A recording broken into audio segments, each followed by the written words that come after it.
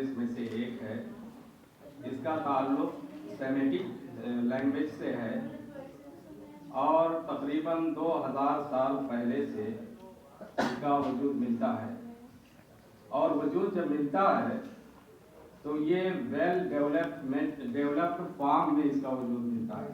Poetry ملتی ہے, letter writing ملتی ہے. اور آپ کو میں بتلاؤں, یہ جان کر حیرانی ہوگی کہ جس زبان کو صرف ایک مذہبی بھاشا کے روپ میں جانا اور سمجھا جاتا ہے, اس کا لٹریچر پری اسلامک پوئٹری میں, جبکہ لیٹر یا رائٹنگ کا ڈیولپمنٹ نہیں تھا, وہاں لیٹر رائٹنگ پوئٹک فارم میں پائی جاتی ہے.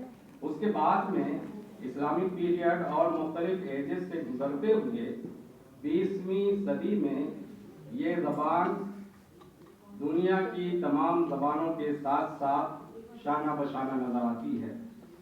ناول ہو, ڈرامہ ہو, پوئٹری ہو, کرٹیسزم ہو, کوئی بھی ادب کا ایسا سیکشن نہیں ہے جس میں اس زبان کا امپورٹنس نہ ہو, کنٹریبیوشن نہ ہو.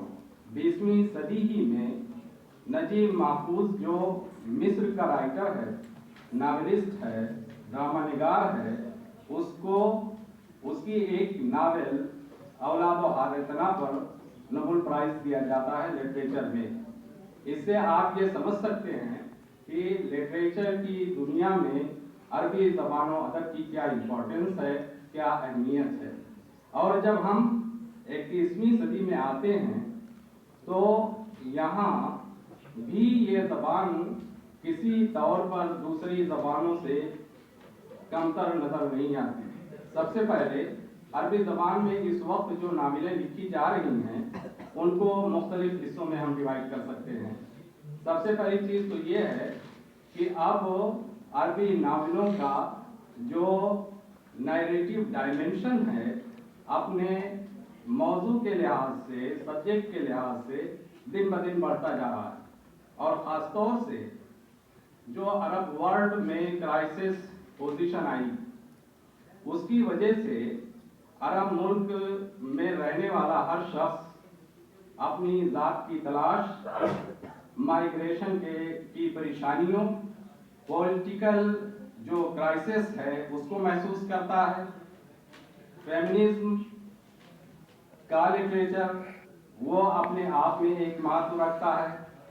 اس کے علاوہ اس کا ایکسٹینشن جو عرب اسپرنگ, جو انقلاب کی ایک لہر آئی عرب دنیا میں, ٹیونیشیا سے شروع ہو کر اور ابھی سیریا پر پہنچی ہے, عراق, ایجپٹ, لبنان, ان تمام جگہوں پر آپ دیکھیے کہ وہاں عرب اسپرنگ کا بہت زیادہ اثر ہے. تختہ پلٹ ہوا. کیوں ہوا؟ تو اب جو اس کے اسباب ہیں, چاہے وہ کرپشن ہو, چاہے وہ مختلف طبقات میں ایک دوسرے کے خلاف زیادتی ہو, یا اسی طریقے سے اور بھی دوسرے جو مسائل ہیں, ان تمام چیزوں کو ڈسکس کرتا ہے. اور اس حوالے سے خاص طور سے ایک ناول ہے سعود سنوسی کا, جو عربی میں اس کا ٹائٹل ہے ساق البامبو. اس کے اندر وہ جو ڈگنیٹی کرائسس, آئیڈینٹی کرائسس اور سوشل انجسٹس ہے, ان تمام چیزوں کو وہ اپنا موضوع بناتا ہے کہ آخر یہی وہ اسباب تھے جس نے وہاں کی عوام کو عرب اسپرنگ پر آمادہ کیا انقلاب کے لیے. اور جب یہ انقلاب آتا ہے تو اب ان ناولوں کا جو ہیرو ہے وہ انقلاب ہے, قوم ہے, اور قوم سے متعلق لوگوں کے ایشوز ہیں.